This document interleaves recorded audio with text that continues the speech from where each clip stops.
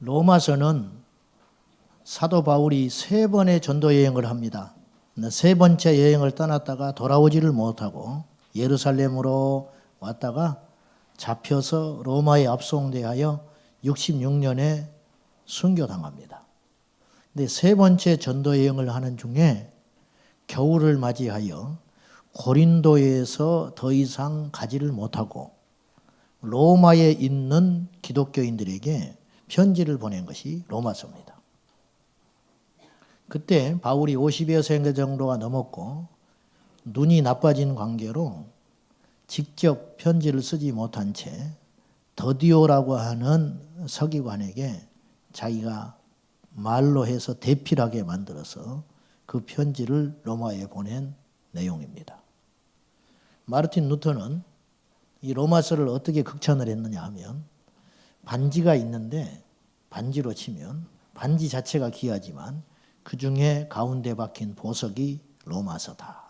그렇게 이야기할 정도인데 저는 개인적으로 그 말에 썩 동의는 안 합니다. 왜냐하면 그리하면 자칫 다른 성경을 조금 무시할 수 있기 때문에 모든 성경은 그렇게 귀하다고 이제 생각하는데 아무튼 로마서는 그렇게 깊고 아주 특별한 책이다. 그런 뜻이 되겠습니다. 로마서는 아시는 대로 두 부분으로 구성이 되어 있어요.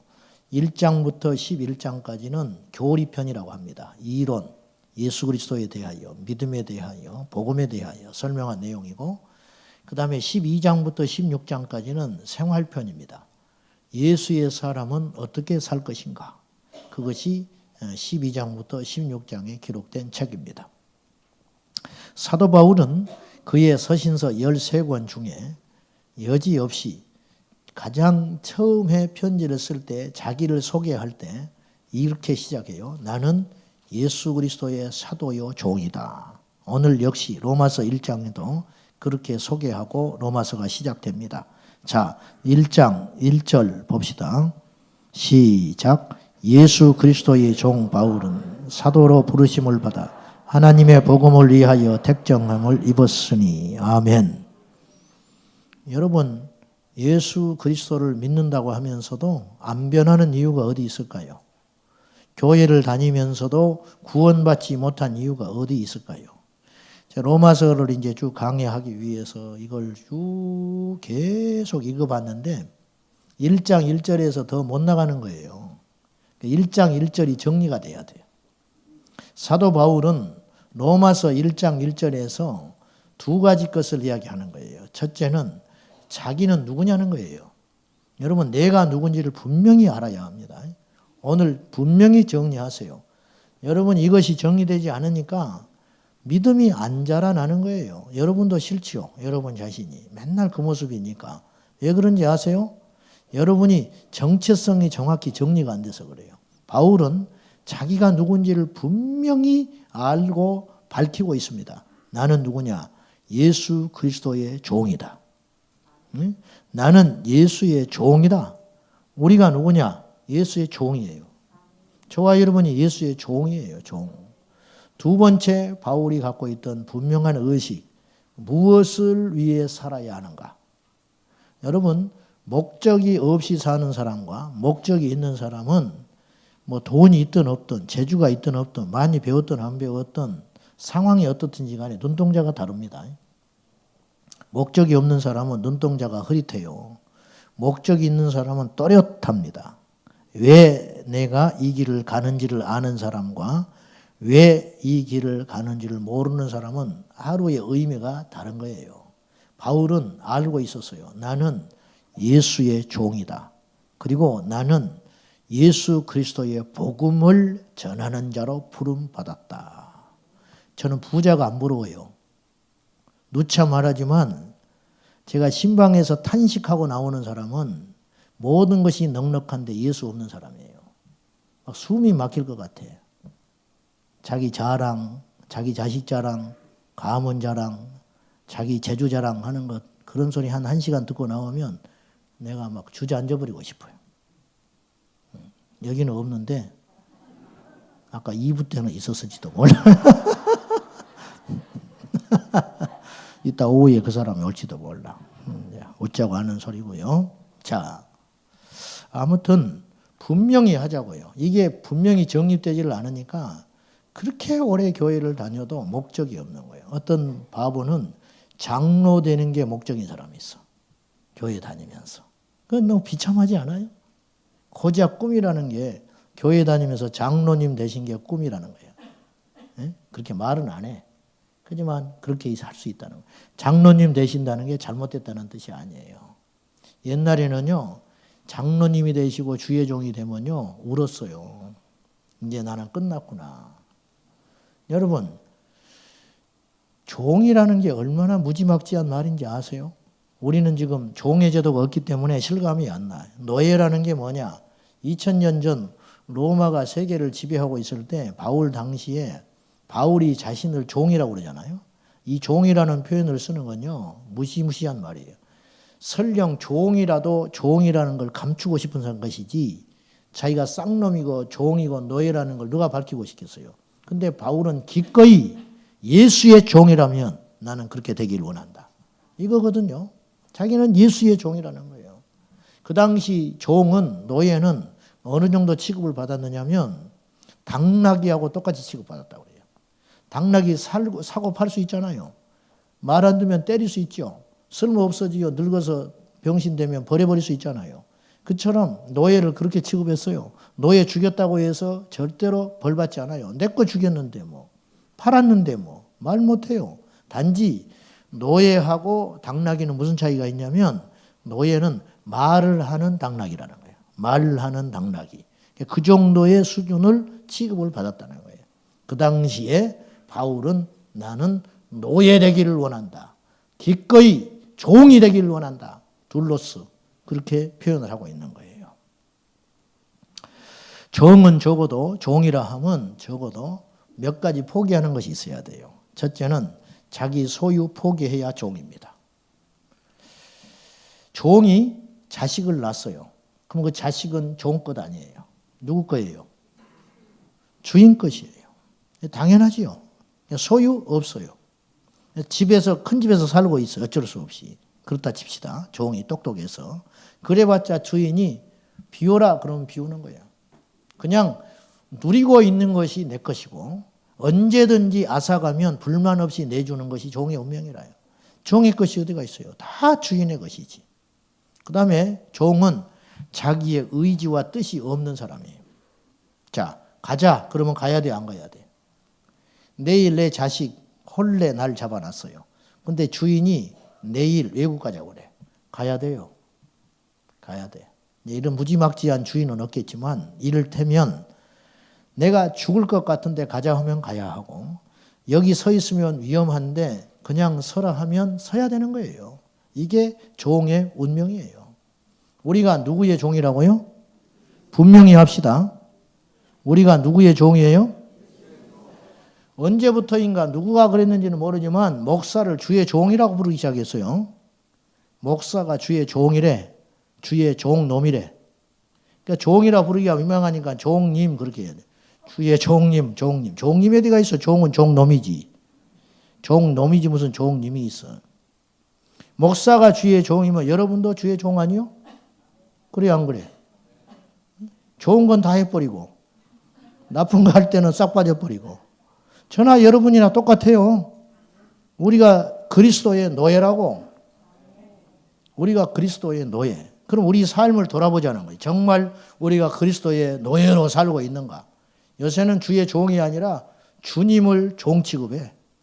자기가 종이 아니고 자기 마음대로 해버리는 거예요. 자기 마음대로. 예? 예수님이 우리의 종 같아요. 뭐 주십시오. 그러면 줘야 돼. 예수님이 꼼짝없이. 예수님이 이거 해주세요. 그럼 해줘야 돼. 예? 이거 바꿔주세요. 그럼 예수님 바꿔줘야 돼. 안 바꿔주면 막 삐져버리니까. 맨날 청구서만 내밀어. 주의 종이라고 하면서. 예? 예수님이 우리의 종이에요. 예수님이. 예? 뭔가 잘못됐죠. 아라비아산 명마는 한 30억 정도 한대요. 말 한 필이. 근데 그 명마가 어떻게 탄생하느냐 그 과정을 보면 재미가 있다는 거예요. 장사꾼한테 약 100마리 정도의 말을 계약해서 가져온대요. 명마 조련사가. 그래가지고 한 주 동안 밥도 주지 않고 여물도 주지 않고 물도 주지 않고 굶겨요. 그리고 호루라기만 한 번씩 불어대. 그러면 이제 일주일쯤 지난 다음에 이 말의 우리의 문을 열어놓고 풀어놓는다는 거예요. 그럼 말이 본능적으로 시냇가를 향해서 달려간대요. 정신없이 눈이 뒤집혀서 가지 않겠어요?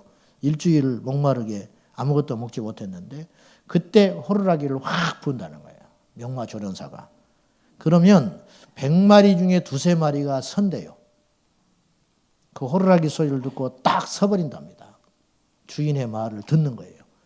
그러면 그 3마리만 붙잡고 나머지는 다 돌려보낸대요. 이게 기본이라. 그리고 이 3마리를 혹독하게 훈련시켜가지고 30억짜리 명말을 만들어 간다는 거예요. 잘 달리는 말은 많대요. 의외로. 그러나 순종하는 말은 적다는 거예요. 우리가 능력 있는 사람 많아요. 재주 있는 사람도 많고 배운 사람도 많고 가진 사람도 많아요. 근데 하나님의 나라는 그런 사람이 필요한 게 아니에요. 하나님의 나라는 노예가 필요해요. 그리스도께를 위해서 죽을 수 있는 사람. 그리스도께 순종할 수 있는 사람. 순종을 넘어서 복종까지 할 수 있는 사람. 온전히 하나님께 자기의 전 인생을 걸 수 있는 사람. 오늘 우리 교회 처음 오신 분도 있고 이제 막 예수 믿기로 결심한 사람도 있고 아직 세상을 완전히 끊지 못하고 그런 사람도 있고 여러 가지 부류들이 여기 앉아 계십니다. 신앙의 첫 단추를 잘 껴야 돼요. 집을 잘못 지면요 어떤 문제가 생기냐면 그 집을 허물어야 돼요. 집을 설계대로 짓질 않았어. 짓고 나니까 위험해요. 살 수 없는 집이 돼버린 거예요. 그럼 어떻게 해야 돼요? 그건 허물고 짓는 게 빨라요. 근데 허물고 다시 집을 지려면 얼마나 많은 비용이 들어가는지를 몰라요. 그러니까는 신앙생활의 첫 단추를 잘 껴야 되는데 오늘날 제가 보기에는 첫 단추를 잘못 끼고 복음도 오해하고 예수도 오해하고 교회도 오해하고 온 사람들이 너무 많아요. 교회 안에. 그리고 그 기질대로 예수 믿는 거예요. 그리고 교회에서는 직무유기예요. 나는 비겁한 목사라고 생각해요. 뻔히 예수가 없어. 저거 뻔히 지금 죽으면 지옥 가. 근데 건드리면 안 되니까 놔두는 거예요. 이거는 양심 몰량한 거예요. 그럴 바에는요, 교회 안 나와야 돼요. 그럴 바에는 뭐하러 교회를 다닙니까? 죄송한 이야기지만 그렇게 내 기질대로 내가 믿고 싶은 방식대로 예수 믿는 것이 다행히 성경적이라면 천만다행이라. 근데 그럴 확률은 내가 볼 때 거의 없거든요. 성경의 가르침대로 내 기질과 내 성향을 포기하고 정말 그리스도의 노예로 믿는 사람이 천국 가는 거예요. 그런 사람이 얼마나 있냐 이거예요. 저부터서. 그러니까 이게 심각한 거죠. 그렇게 심각하다는 거예요. 그러니까 그러한 우리들이라면 빨리 회개하고 돌이켜서 예수 그리스도께 전부를 던져서 한번 믿어본다. 한번 발담가 본다. 이런 정도의 생각을 가지고 예수 믿지 말고 나의 생명을 걸고 예수를 따르라는 거예요. 그래서 저는 확신하건대 한 번의 예배가 내 인생을 바꿔놓을 수 있다고 믿는 사람이에요. 왜? 그 예배를 통해 예수를 만난다면. 30년 동안 방황했어. 교회만 왔다 갔다 했지. 근데 그날 내가 예수 만나서 회개하고 거듭난 거예요. 그러면 그 사람은 그때 구원받은 것이고 그때부터 이제 신앙생활 하기 시작한 것이지 그 전에 것은 가짜예요. 뭐 기도원을 뭐 얼마를 다녔다는 둥, 뭐 어쨌다는 둥, 뭐 다 의미 없는 거예요. 그거는. 뭐 예수를 뭐 3대 믿었다는 둥, 우리 할아버지가 뭐 선교사의 복음을 듣고 땅을 내줘가지고 교회를 지었다는 둥, 당신의 상태는 어떤데? 그거 아무 의미 없는 거예요. 예수 믿어야 그것도 천국 가면 자랑이 되고 상급이 되는 것이지 예수 믿지 않고 이 땅에서 내 마음과 내 뜻대로 믿었다가는 아무것도 필요 없는 일이라는 거예요. 분명히 합시다. 우리의 주인은 누구냐? 여기서부터 신앙은 시작하는 거예요. 여기서부터 시작해야지 이것이 정립되지 않은 상태에서 내 마음대로 믿다가 나중에 이제 예수님이 내 인생의 주인이라고 이걸 맞춰가려니까 얼마나 힘들고 벅차냐 그 말이에요. 왜냐? 내 방식대로 믿어왔던 습관들이 있는데 이걸 버리려니까 미칠 지경이지. 주님도 괴롭고 우리도 괴롭다. 애초에 그건 틀려먹은 거예요. 애초에 잘못돼 버린 거예요. 그거는. 복음이란 무엇이냐? 이것은 이제 간간히 지금까지 우리가 이야기를 해왔으니까 더 이상 거론하고 싶지는 않고 간단하게 한번 봅시다. 16절. 복음은 무엇이냐? 아까 바울이 두 가지 걸 분명히 했다고 그랬어요. 첫째는 뭐예요? 내가 누구냐? 두 번째, 무엇을 해야 하는 사람이냐? 바울은 그리스도의 노예다. 그리고 나는 복음을 위해서 택함 받았다. 분명히 했다고 말이죠. 그럼 복음이 무엇이냐? 오늘 16절 시작. 내가 복음을 부끄러워하지 아니하노니 이 복음은 모든 믿는 자에게 구원을 주시는 하나님의 능력이 됨이라. 먼저는 유대인에게요. 그리고 헬라인에게로다. 나 복음 부끄럽지 않다. 제가 여기서 복음을 부끄러워하겠습니까? 다 믿는 사람이고 목사인데 자리 멍석 깔아줬는데 내가 왜 복음을 부끄러워하겠어요? 문제는 세상에서 위기가 닥칠 때, 선택을 해야 할 때 예수 부끄러워하는 사람이 너무 많다, 이 세상에는. 나는 그런데 복음을 부끄러워하지 않는다. 당당하게 밝히고 있어요. 나 죽어도 좋다, 그 소리거든요. 어떤 불이익을 당해도 좋다는 뜻이거든요. 나는 예수님 만나기 전에 복음이 부끄럽디다. 교회 가는 게 부끄럽더라고. 여기 지금 성경책 안 갖고 교회 오는 분들이 수두룩 가요. 부끄러운 거야. 성경책 하나 사기가 아까운 거야. 에? 성경책 하나 사기가 아까워. 가서 외식은 몇만 원씩 해도. 그렇잖아요. 복음이 부끄러운 거예요, 지금. 복음이. 아파트 무슨 동대표라도 하려면 막 하고 싶지만은 판공비도 나오고 뭐 그러니까. 근데 교회에서 직분 맡아라면 안 한다는 거예요. 안 한다는 거예요. 뭐 좀 하라고 그러면 제가 부족해서. 부족한지 알지 뭐. 부족한지 아니까 시키는 거지. 겸손한 것처럼 해가지고 무조건 못한대. 무조건 못한대. 뭘 하라고 그러면. 기도시키면 교회 떠난다고 협박하는 사람이 있어요. 얼마나 귀한지를 모르는 거예요. 얼마나 주님의 일이 소중한지를 모르는 거예요. 정말로 우리 눈이 떠졌으면 우리가 그렇게 말 안 할 거라고. 개척교회 목사님이 자식을 앉혀놓고 너 신학하지 마라. 나 하나 고생한 걸로 족하다. 모르는 거예요. 뭘 몰라서 하는 소리, 그런 소리 하는 거예요. 박보영 목사님은 자기 아들이 서울역에 노숙자 선교하면 좋겠다고 기도한다잖아요. 나는 고생해도 내 자식은 번듯하게 폼나게 세상 살아보게 하게 만드는 것이 부모의 본능이거든요. 근데 그거 포기한 거죠. 복음이 무엇이냐? 사람을 살리는 능력입니다. 복음은 세상의 명예, 권세, 병 고치고 부자 되는 게 복음이 아니고 복음은 뭐냐? 살리는 거예요. 살리는 거.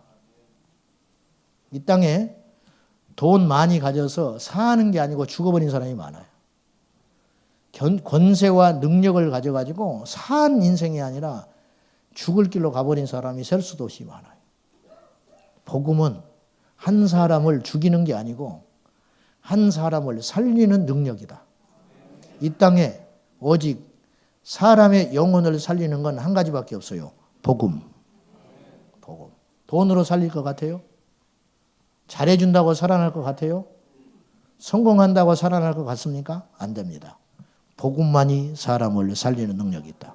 멀리 갈 것 없어요. 우리를 보시자고. 우리가 복음을 들어서 산 거예요. 이 나라가 교회가 많은데 뭐 하냐, 목사, 기독교는 개독교다, 이런저런 말이 많고 그러지만 거꾸로 생각해 봅시다. 이나마 교회가 없었으면 우리나라가 존재할 수 있었을 것 같아요? 좀 뻔뻔한 이야기지만은 우리가 예수를 믿고 교회를 다니는데도 이 세상이 이러는데 우리가 예수 안 믿었으면 이 정도 살 것 같습니까? 이 정도 정직할 것 같습니까? 이 정도 깨끗할 것 같습니까? 이 정도 자기를 포기하고 살 것 같습니까? 이 나라를 살리는 것은 복음이에요. 복음의 능력이라. 150년 전에 하나님이 이 땅을 살려주려고 복음을 던져주신 거예요. 복음이 무엇이냐? 한 영혼과 한 가정과 한 민족을 살리는 유일한 것이 복음의 능력이다. 바울은 이걸 안 사람이라. 그래서 복음을 이렇게 정의하고 있는 거예요. 모든 믿는 자에게 구원을 주시는 하나님의 능력이다. 이게 딱 부러지게 정이 내리고 있는 거예요. 그리고 나는 그걸 전하라고 부름받은 사람이다. 얼마나 멋진 삶이에요. 얼마나 멋진 삶. 진정한 복음, 예수 그리스도를 만난 사람은 어떤 특징이 있는가? 두 가지를 살펴봅시다. 첫째, 관심이 이 땅에서 하늘의 것으로 바뀌게 됩니다. 이게 복음을 만난 사람의 특징이라 할 수 있어요. 특징. 마태복음 6장 31절과 32절에 보면 이런 말씀을 잘 아실 겁니다. 무엇을 마실까 무엇을 먹을까 염려하지 마라. 이것은 다 이방인들이 구하는 것이라. 이것들은 구하지 않아도 하늘에 계신 너희 아버지께서 아시느니라. 너희는 먼저 그의 나라와 그의 의를 구하라. 이제 이 말씀의 주제는 믿음이에요. 염려하지 말고 믿어라. 이게 주제인데 이 말씀을 이렇게도 대입을 할 수가 있어요. 너희는 무엇을 먹을까 무엇을 마실까에 관심 두지 말아라. 그것에 관심을 두고 사는 사람은 이방인들이다. 너희는 오직 그리스도의 나라와 의에 모든 관심을 쏟고 살거라. 이렇게 말하는 거죠. 여러분 천국 가면 우리가 이제 뭐 이야기하고 살 거 아니에요. 천국에 가서 무슨 이야기를 할 것 같아요? 여러분 천국 가면 뭘 자랑할 것 같아요? 이야기 보따리를 풀어놓고 자랑할 때 뭘 자랑할 것 같아요? 이 땅에서 떵떵거리고 살았다. 그거 천국 가서 부끄러워서 못 꺼내놔요.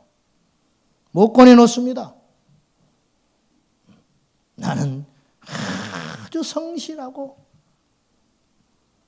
선량한 남편 시같이 만나가지고 크게 어려움 없이 살다가 예수 믿고 왔네. 그 소리 못해요. 부끄러워서. 천국 가면. 우리 시골에 제 어릴 적에 월남전 갔다 온 아저씨가 계셨어요. 이분이 막걸리만 드시면 304일 동안 월남전 이야기를 해요. 나는 그분이 우리나라를 다 구한 줄 알았어요. 어떻게 말이 걸쭉한지 다 애울 정도라. 막 총알이 귀 사이로 막 비켜 지나가고 고개를 한 번만 들었으면 죽을 뻔했는데 살아났고 부상당한 전우를 어깨에다 걸머쥐고 100km를 달려갔다. 난 다 그게 진짜인지 알았어요. 막 그런 이야기를 자랑을 하는 거예요. 근데 그분이 월남전에 가서 그런 것만 했겠어요? 총알도 훔쳐서 팔고 그런 거 한 거거든요. 뭐 다 폄하할 생각. 근데 그런 소리는 입 밖에도 못 내는 거야. 부끄러워서 못해요. 천국 가서 무슨 이야기 하실래요? 골프 치다가 팔 빠진 이야기 할 것 같아요? 천국 가면 못해요. 그런 이야기.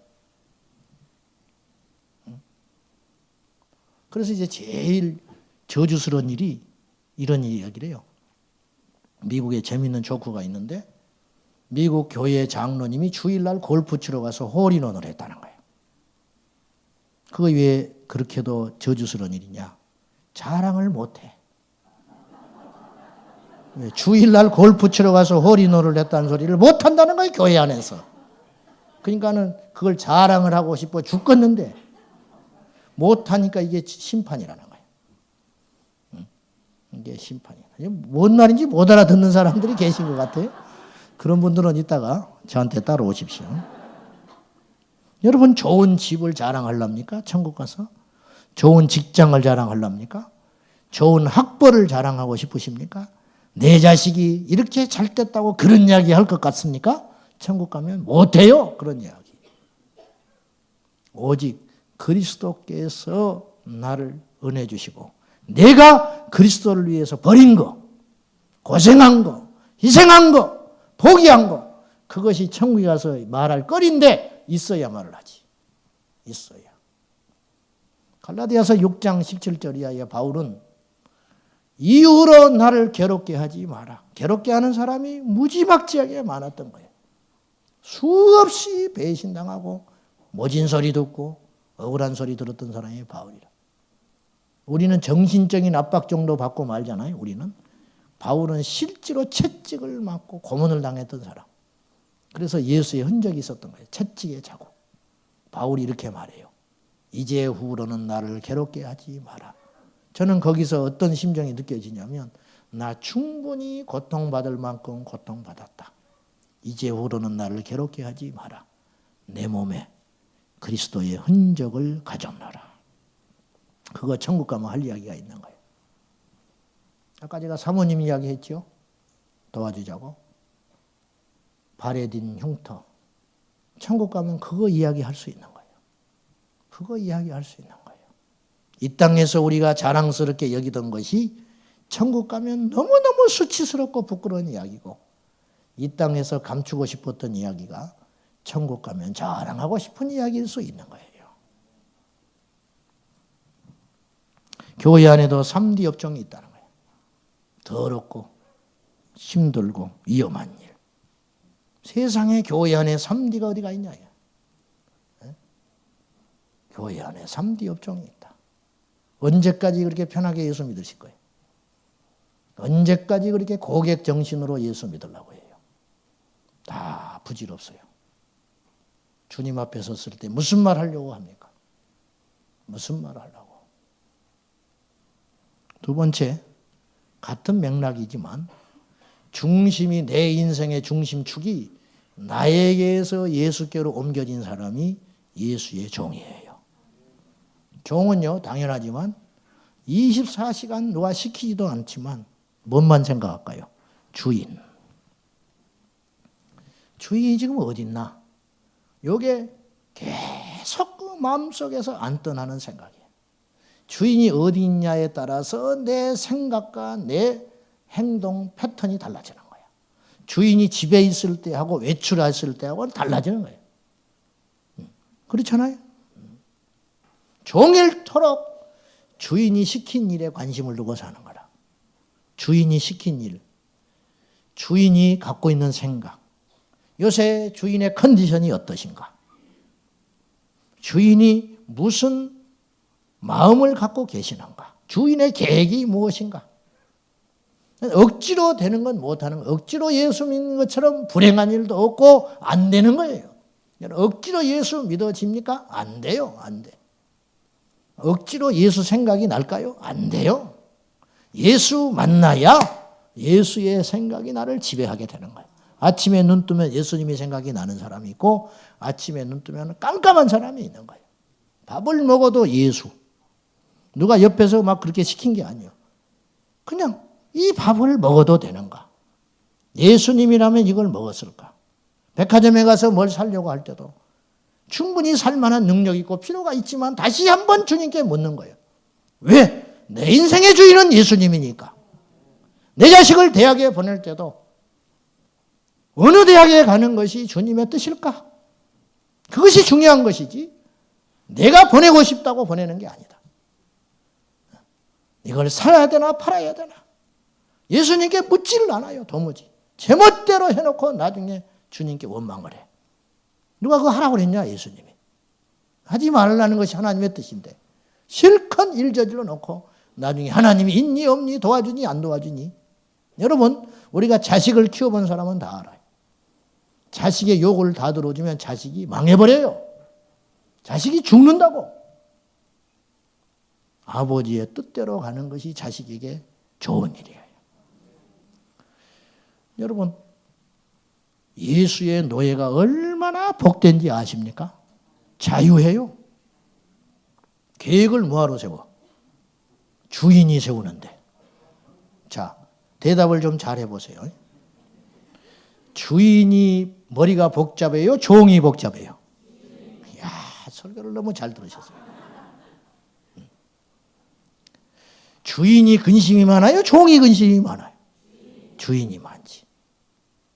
그러면 우리는 예수 안에서 예수의 노예가 되는 순간 우리 염려, 걱정, 계획, 꿈 다 누구 걸로 간 거예요? 주인 예수께로 간 거예요. 그래서 예수님 말씀하셨어요. 염려하지 마라. 그 염려는 누가 한다는 거예요? 내가 할 거야. 내가. 오늘 한날의 괴로움이 족하다. 너 충분히 고생했어. 내일은 내일이 할 거야. 성경에 분명히 그렇게 기록되어 있어요. 내일은 내일이 걱정한다. 그날이 되면 내가 알아서 할 거야. 그냥 발 뻗고 자. 발 뻗고 자. 너무 많이 자서 걱정이죠. 너무 많이. 그냥 염려하지 마라. 왜? 염려는 누가 한다? 주인된 네 인생의 주인 내가 한다. 염려하고 있다는 건 아직 예수님의 종이 아니라는 증거죠. 모세가 한편으로 생각하면 얼마나 섭섭했겠어요. 가나안 땅에 들어가면 1번 타자로 들어가야 할 사람이 모세라.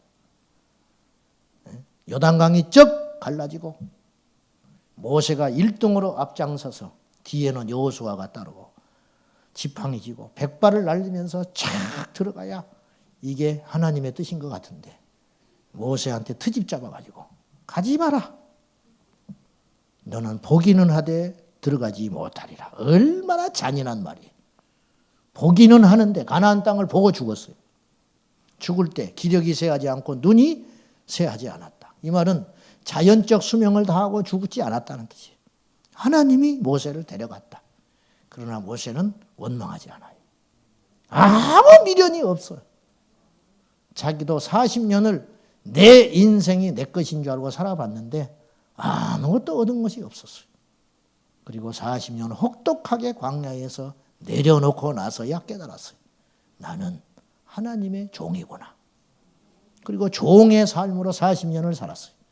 그때가 힘들었지만 가장 자유로운 생애예요. 궁궐에 있는 40년보다 이들의 지도자로 산전수전 겪으며 마음고생하며 산 생애가 훨씬 가치 있고 복이 있었다고 히브리서 11장은 기록하고 있어요. 궁중에서 왕의 아들로 왕자로 불리웠던 그때보다 앞길을 알지 못하나 오직 여호와의 장막을 바라보며 그 아슬아슬한 40년 광야 생활이 훨씬 능력이 있었고 훨씬 자유했고 훨씬 부요했고 훨씬 강하고 훨씬 더 행복했다. 진리를 알지니 진리가 너희를 자유케 하리라. 여러분 진리로 산다는 건 인간적으로 볼 때는 얽매이는 거예요. 세상 사람들이 우리 보고 많은 걸 잃은 것처럼 이야기를 해. 술, 담배 못 먹지. 제사 문제 생길 때마다 시끄럽지. 주일날 직장에 나와라면 머리 복잡하지. 우리가 굉장히 많은 걸 잃어버린 것 같고 불행한 것 같고 자유롭지 못하고 얽매여 사는 것처럼 보여요. 그래서 예수 못 믿겠다는 사람이 많아. 그거는 착각 중에 착각이라. 예수 안에서 얻게 되는 진리를 지킴으로 얻어되는 자유, 진리를 지킴으로 얻어지는 기쁨, 진리를 지킴으로 얻어지는 하나님의 위로를 모르기 때문에 이 재미난 걸 몰라서 예수 믿는 게 얼마나 재밌는지, 예수 믿는 게 얼마나 가치가 있는지 보화를 발견한 농부처럼 남이 보지 못한 걸 봤기 때문에 이걸 버릴 수 있는데 바울이 모든 걸 버렸어요. 나의 간절한 기대와 소망을 따라 이제도 전과 같이 오직 담대하여 살든지 죽든지 나는 부끄럽게 여기지 아니하고 오직 내 몸에서 그리스도가 존귀히 여김 받기를 원하니 이는 내게 사는 것이 그리스도니 죽는 것도 유익하다. 빌립보서 1장에서 그 고백을 하고 빌립보서 3장에 가서 바울은 이렇게 고백을 했어요. 내가 전에 알던 유익하던 것들이 있었다. 로마의 시민권. 그렇게 말은 안 했지만 그런 뜻이죠. 로마의 시민권, 그 귀한 학문, 그 좋은 전통의 가문, 인맥들, 그 힘, 권세, 파워, 그거 예전에 다 유익했다. 유익했지요. 편했지요. 어디 가서 로마 시민권이다 다 대우받는 거예요. 안 되는 것도 되게 되는 거예요. 그런데 이제는 해로 여긴다. 왜? 그리스도 예수를 아는 지식이 가장 고상한 걸 깨달았다. 그리고 난 다 그걸 배설물 여기고 버려버렸다. 누가 버리라고 강요했으면 못 버리는 거예요. 인간의 고집이. 여러분 누가 믿으라고 해서 믿으면 안 믿는 거예요. 그건 가짜 믿음이다. 여러분이 끌려서 오늘 교회에 왔으면요. 한 달 지나면 못 나와요. 못 나와. 근데 예수 안에서 정확히 판단을 해보고 가치를 따져보니 예수 그리스도가 가장 소중하다고 여기는 사람. 그 사람이 죽을 때까지 어떤 위협, 어떤 고통, 어떤 시련이 와도 예수 안 떠나는 사람이지, 다녀주고 믿어주는 사람은 결국 떠나게 되는 거예요. 내가 그리스도 예수를 아는지 가장 고상한 걸 깨달아 버렸다. 내가 다 해로 여기는 이유가 있다. 두 가지. 그리스도를 얻고 그 안에서 발견되게 하려 함이라. 예수님이 나를 발견만 해주면 된다 이거예요. 뭐 그런 뜻도 되는 거예요. 세상 사람 나 몰라줘도 예수님이 나 발견만 해주면 된다. 다른 거 다 잃어버려도 예수만 얻으면 된다. 그러니까 내 중심축이 나에게서 예수로 옮겨진 사람. 이 사람이 진짜 예수쟁이다. 진짜. 그렇지 않은 사람이 이 땅에 너무너무 많아요. 교회 안에. 수두룩해. 자기 고집대로 예수 믿어요. 어떻게 예수 아래에서 거듭나서 예수의 종이라고 버젓하게 말하는 사람들이 섭섭하다 그러고 자기 고집대로 안 된다고 반항을 하고 그럴 수가 있냐 그 말이에요. 오늘 이 말씀을 여러분이 이렇게 오해하시면 안 돼요. 군소리 말고 교회 열심히 봉사하고 목사 말 잘 들어라. 그러한 시시한 소리로 들으면 안 돼요. 그렇게 말하는 게 아니에요, 저는. 전부를 걸어라는 거예요, 전부. 왜? 우리는 종이니까. 초대교회는 예수 믿으면 당연히 포기할 줄 알고 믿었어요. 근데 오늘 우리는 그렇지 않아요.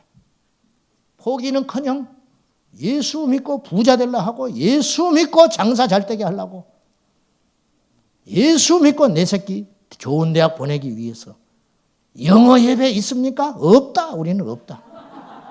없어. 영어 예배가 어디가 있어? 영어 배우러 교회 다니나? 영어 배우러. 영혼의 구원받기 위해서 예수 믿는 것이지. 주차장이 있느냐? 미리 전화가 없다. 우리는 주차장이 없으니까 멀리 대고 걸어와라. 전화 딱 끊어버려. 배가 불렀구나. 배가 부른 게 아니고 왜 배가 불러? 교회가.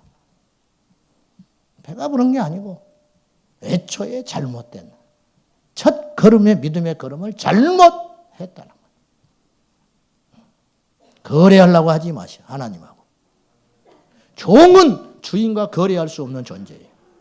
죽으라면 죽고 서라면 쓰고 가라 하면 가고 밥 주면 먹고 안 주면 굶고 그렇게 사는 존재라. 똑똑한 거 필요 없어요. 가진 거 필요 없어요. 아무리 흐르멍텅한 종이라도 주인이라도 오라 그러면 가는 거예요. 홀리게도 내 주인의 자식은 나에게 모든 권력이 있는 거죠. 내 소유권은 다 그분의 것이라. 17세기에 일어난 모라비안 교도들의 이야기를 아십니까? 이들은 2명씩 짝을 지어가지고 100년간 기도했던 사람들이에요. 100년간. 그걸로 유명한데 1732년 모라비안 교도 2명이 당시 서인도 섬에는 사탕수수를 재배해가지고 1년에 무려 10만 명 정도씩을 노예를 사들여 갔대요. 사탕수수를 재배를 하기 위해서. 거기에 들어가면 끝나는 거예요, 인생이. 마지막 가는 코스예요. 부모가 자식을 팔아먹고 도저히 길이 없을 때 삼시세끼 해결하기 위해서 가는 곳이 그곳이에요. 처절히 끌려가는 거. 근데 모라비안 교도 2명이 그 잡혀간 섬에 노예들을 전도하겠다고 종으로 스스로 자기를 팔았어요. 우리를 데려가라. 우리를 사주라. 얼씨구나 사갔지. 그때 성도들과 가족이 와서 항구에 와서 마지막 작별 인사를 합니다. 그때 울고 있는 자기 형제들에게 이 2명의 모라비안 교도들이 이렇게 말을 하고 떠나갔어요. 울지 마시오. 우리는 어린 양 예수께서 베푸실 상을 기다리고 갑니다. 17년 후에 이들은 놀라지 마세요. 2,000명을 전도합니다. 17년 후에. 그리고 140년이 지났을 때 신학교가 세워집니다. 그 섬에. 이들은 죽었지요.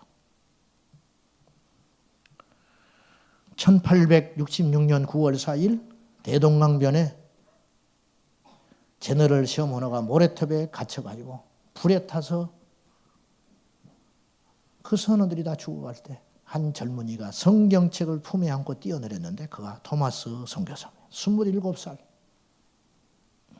27살. 우리 교회 청년 27살을 한번 따져봐요. 네? 뭘 할 수 있는지. 대동강변에 잡혀가지고 무릎을 꿇쳐놓고 목을 쳐서 죽이려고 하는데 토마스 선교사님이 가슴에서 품에서 성경책을 꺼내가지고 포졸에게 건네주면서 웃습니다. 그리고 하늘을 바라보고 웃어요. 그리고 뭐라 중얼거렸어요. 이 포졸이 목을 잘라버립니다. 그 즉시 죽었어요. 내어준 성경책을 가지고 집으로 돌아왔는데 괴로워서 잠이 오질 않아요. 차라리 도망간 놈을 붙잡아서 죽였으면 낫겠는데 전부 발악을 하고 대항을 하다가 죽는 법인데 이 사람은 웃으면서 자기한테 뭐라고 말을 하고 죽었는데 곱씹어 보니까 예수 믿으라는 소리였어요. 성경책을 읽습니다. 그리고 예수를 만납니다. 이 사람이 포졸 박춘권 평양교회 장로님이 됩니다. 무엇이 그를 그렇게 만들었을까? 송명희 시인은 뇌성마비 환자로 태어나가지고 평생 바닥을 기어다니면서 살았어요. 자살도 몇 번 죽으려고 했죠. 그분이 행복하다는 게 아니에요, 저는. 절대. 근데 그분이 예수님 만나고 지은 시가 이 노래입니다. 남이 듣지 못한 걸 들었고, 남이 보지 못한 걸 봤고, 남이 알지 못하는 걸 알았다. 천국을 본 거야. 예수를 본 거야. 영원한 세계를 본 거예요. 이 땅이 아무것도 아니에요. 슬픔도 불행도 좋은 것도 나쁜 것도 아무 의미가 없는 거라는 걸 알게 됐어요. 사단이 흔들지 못한 사람이 됐다는 것이죠. 말씀 맺을게요. 우리 주인은 예수입니다. 우리가 오직 분노하고 진노할 때는 오직 한 가지 경우밖에 없어요. 우리 주인 예수가 모욕당할 때. 그거 외에는 잠잠해야 돼. 오직 우리가 큰 소리 내고 자랑할 건 하나밖에 없어요. 복음을 전할 때. 그거 외에는 큰 소리 치면 안 돼. 왜냐? 우리의 주인은 예수니까. 여러분의 주인은 누구입니까? 예수 그리스도. 잊지 마십시오. 기도하겠습니다. 하나님, 말은 그럴듯하지만 우리의 주인은 여전히 내 자신입니다. 불쌍히 여겨주십시오. 아버지 하나님, 내 인생의 주인이 예수님으로 바뀌지 않는 한 절대 우리는 행복할 수 없고 내 인생의 주인이 예수로 변하지 않는 한은 절대로 이 땅에도 사는 것 동안에도 참된 안식이 없음을 알고 먹든지 마시든지 죽든지 살든지 기쁘든지 슬프든지 낮든지 높든지 오직 예수 그분을 우리 주인 삼아 승리하게 하여 주옵소서. 예수님의 이름으로 기도하옵나이다. 아멘.